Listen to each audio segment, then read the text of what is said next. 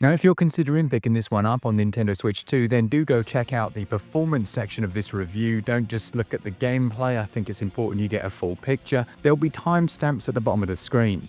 Dragon Ball Sparking Zero is out now on Nintendo Switch 1 and 2, and it's another anime brawler that looks to set you up with hundreds of iconic fights, from DBZ and Super, and it features a bunch of story campaign modes as well as an early choice, some online functionality as you'd hope, and of course we're interested in knowing exactly how it performs on Nintendo Switch as well. With all of that in mind, we're going to go over the game in this full review, predominantly looking at Switch 2 so that you can decide if it's a good platform to play on, but I will also mention Switch 1 when we look at visuals and performance. The pun writes itself on this one. Is it indeed a bright spark or is it hero to zero? Well, my name's Mark Walker. Welcome back to SwitchUp. Now let's find out.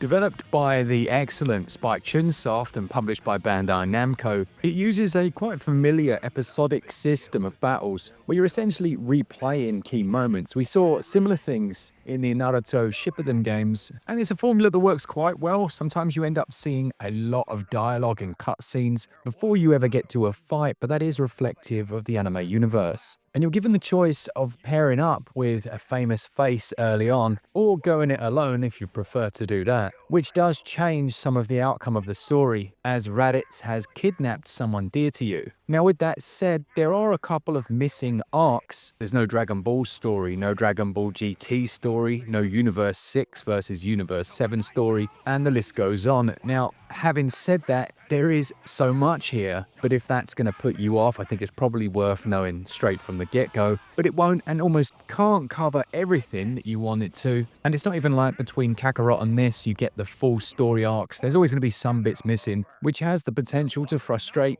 understandably, some of the fans. Gameplay-wise, let's begin then from the hub area where you have a selection of different options ranging from solo play to online training battles, but it all boils down to heading into those large open 3D arenas and those Budokai Tenkaichi inspired battles with over 180 different fighters at launch, and there's a surprising amount of accessibility. You can turn on automatic blocking, automatic combos. This helps with things like the counter parry system, and realistically, regardless of your skill level, you can have the game match to allow you to enjoy it in the way that you want. That's nice to see. Gameplay wise, things are going to be really familiar if you've played any arena brawler within the last 10 years, whether it's Dragon Ball Z, Naruto, or any of the others really. You're placed within a set arena, a large open area that allows you to fly vertically, run across the ground, or hide behind mountains, with 3 different types of dash move to allow you to evade the enemy or appear directly behind them, and of course block and counter their attacks. 9,000? That scout is a piece of junk. It's gotta be a mistake. These things will consume ki, can be used to help you dodge incoming supers or melee attacks, or also to chase down the enemy when you've got them on the back foot. Your combo attacks come in different flavors like light and heavy, and there is a button mash element if you want to go that route, but as we know, those things can only last so long, especially if you crank the difficulty levels up, with various different enders at your disposal to knock your opponent for 6. It's actually really fun. It is an enjoyable combat system, and there's a reason it's been used with some variations across a few different IPs, and it's because it's very easy to pick up and enjoy, but quite difficult and more strategic to master. Alongside your standard attacks, you've got ultimates. These are your big anime-style cinematic moves that you'd probably recognize from the series. There's inherently more risk involved due to your vulnerability while getting them ready, and there are also those button mash moment power struggles between 2 characters where you collide at just the right moment. Look at that display! Are you seeing these beautiful fireworks?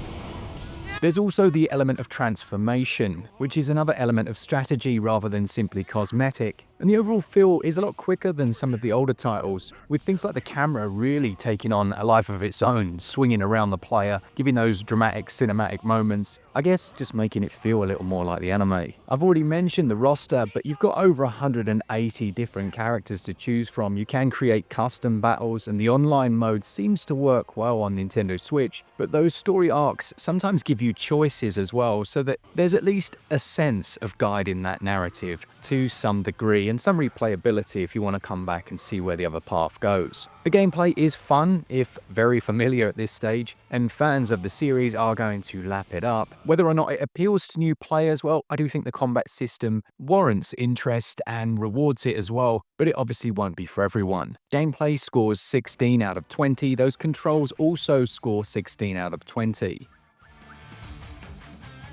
I have to be honest when it comes to visuals and say that I am pretty disappointed with the offering that Bandai Namco have produced here. Why do I say that? Well, firstly, we don't have native resolution on Nintendo Switch 2. It's a dynamic resolution that only goes up to around 810p, and it's noticeable in the game's aliasing. Everything about it on the screen that I use, which is arguably very close to my face, showcases that lower resolution. You've got very clear stepping on the edges of the characters. They look jaggy and a little bit ugly up close. From a distance, looking at the TV, you'd probably be like, no, this looks great. And artistically, sure, it definitely matches the anime, but the same could be said for textures and other texture effects looking a little muddy. Now, the Switch 2 edition does feature high dynamic range lighting, so if you like HDR, which I have to say I don't really enjoy it that much. I thought it was a bit overhyped, but you know, it's there if you want to use it and you have a TV that supports it, that's great. But the main reason I say this is a lazier port is because it doesn't run at 60 frames per second. Now, it doesn't punish you too much. You don't need that precise frame-by-frame combo timing that you need in some games. But 30 frames per second on the latest platform that's supposed to have the power of something like the PlayStation 4 Pro, it doesn't feel great, I've got to be honest. And it shouldn't be something that we celebrate. In fact, quite the opposite. It should be something called out.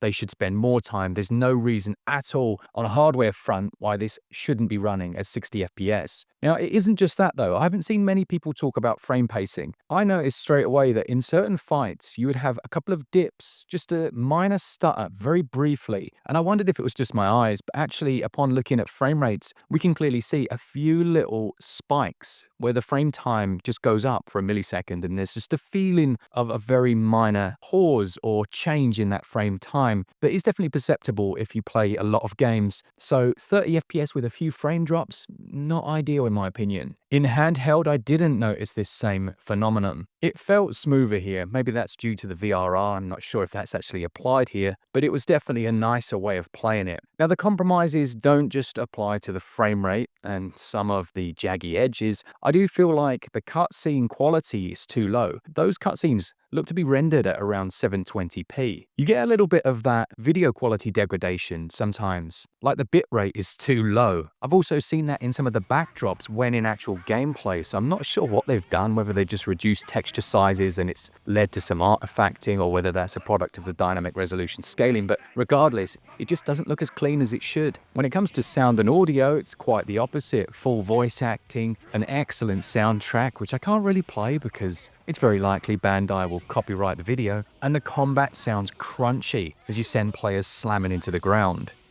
Too slow. You'll never defeat me with such paltry power.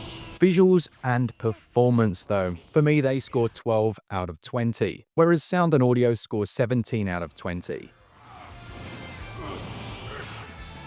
Dragon Ball Sparking Zero comes in a couple of flavors. You've got the Switch 1 edition or Switch 2. Both of those cost £54.99. The physical edition may set you back even more, up to 70 quid here in the UK, but there are a few places actually, especially with Black Friday, you could probably find it cheaper already. It's a 6.7 gig download. It's a very good game, and fans are certainly going to enjoy it. I just don't think Switch 2 at 30 FPS is the best place to play it, and it feels a little lazier to me in that regard. I give value 14 out of 20.